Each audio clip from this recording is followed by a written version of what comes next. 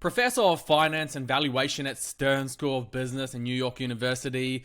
He appeared in the shareholder meeting with Warren Buffett and Charlie Munger. I'm not sure if you guys noticed it. And he's kind of been given the name the Dean of Valuation. I don't know who gave him that name, but he's known as the Dean of Valuation when it comes to valuing stocks. And Warren Buffett and Charlie Munger, well, I kind of call them the kings of valuation. What was interesting was we saw a bit of a clash between these three investing titans at the shareholder meeting. A clash. During an episode of Investing the Templeton Way podcast, Professor Damodaran, who he respects almost as much as Warren and Charlie, mentioned that he is not comfortable with positions becoming a large part of his portfolio, for example, when they reach 25 to 35%. He mentioned that Apple is now 35% of Berkshire's portfolio and thinks that that is near a danger zone. Wonders if Warren and Charlie can comment. I'd like to make one comment first, but Charlie will come up with... I think he's out of his mind. Yeah, I knew that was coming. One of the inane things that's taught in modern university education is that a vast diversification is absolutely mandatory in investing in common stocks. That is an insane idea. It's not that easy to have a vast plethora of good opportunities that are easily identified. And if you've only got three, I'd rather be in my best ideas instead of my worst. And now, some people can't tell their best ideas from their worst, and in the act of deciding that an investment already is good, they get to thinking it's better than it is. I think we make fewer mistakes like that than other people, and that is a blessing to us.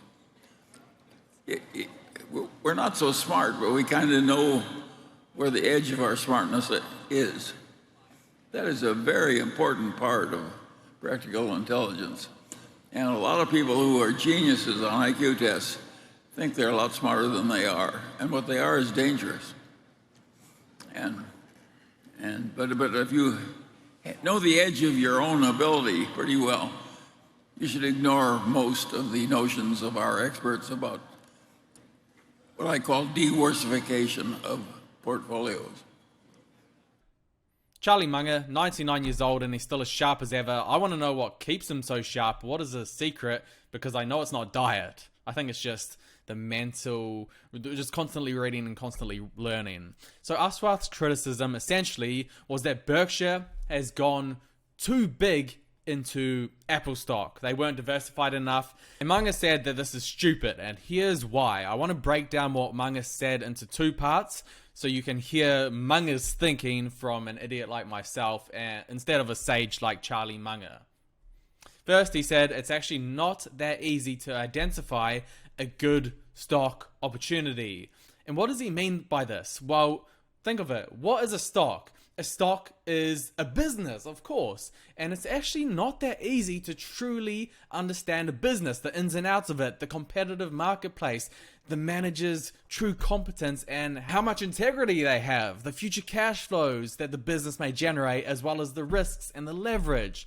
Charlie Munger said, and I quote, I don't know if you've heard this before, I read Barron's for 50 years. In 50 years, I found one investment opportunity in Barron's, out of which I made about $80 million with almost no risk. One opportunity, 50 years, coming from a high IQ, disciplined genius who basically reads all day. That's a big contrast from the likes of regular people. Stocks are a complicated game, and you're only likely to truly understand a couple of businesses in your lifetime. I'd say at least 20. Warren Buffett says have a 20 business punch card. That's what he calls it. But the point is, when you do truly understand a business, Munger says don't be afraid to go very large into it. 35%, it doesn't matter. And even if you were able to identify a lot of stock opportunities, Munger's point is, wouldn't you want to invest all of your money into your top 3 ideas instead of buying the other 27 ideas that were worse? No. Just invest in your best ideas, your top 3, and leave out the others. This is what Munger calls diversification when you buy so many stocks. He says this is a problem with a lot of investors, not necessarily Aswath, but in general, they don't know the edge of their competence. Because they don't know the edge of their competence, they don't actually know what their top 3 ideas are, their top investments are, so they diversify. And then Buffett came along and he actually said, well, we don't even own 35% in Apple stock. It's a whole lot less. Apple is not 35% of Berkshire's portfolio. Berkshire's portfolio includes the railroad, the energy business, Garanimals, you name it, See's Candy. They're all businesses. And, the good thing about Apple is that we can go up. To think that our criteria for Apple is different than the other businesses we own. It just happens to be a better business than any we own. And we put a fair amount of money in it, but we haven't got more money in it than we've got in the railroad. Okay, so Aswath read the information wrong on Berkshire, and it's a very easy mistake to make. A lot of investors make this mistake, but if you go on any website, on Google, and you look up Warren Buffett's portfolio at Berkshire, in this case, I'm going to use Datarama, that's the normal site I use, it says that Apple makes up 39% of his portfolio. So isn't Aswath right and Warren Buffett wrong? No. The reason is these websites just show the public USA stocks that Buffett has. It does not include his privately owned companies, particular international investments, and of course his huge pile of cash. So yes, out of all of his public USA stocks on the stock market, Apple is worth 39%. But Buffett at Berkshire wholly owns all of these other great businesses like Geico, Dairy Queen, BNSF Railway, Berkshire Energy, etc.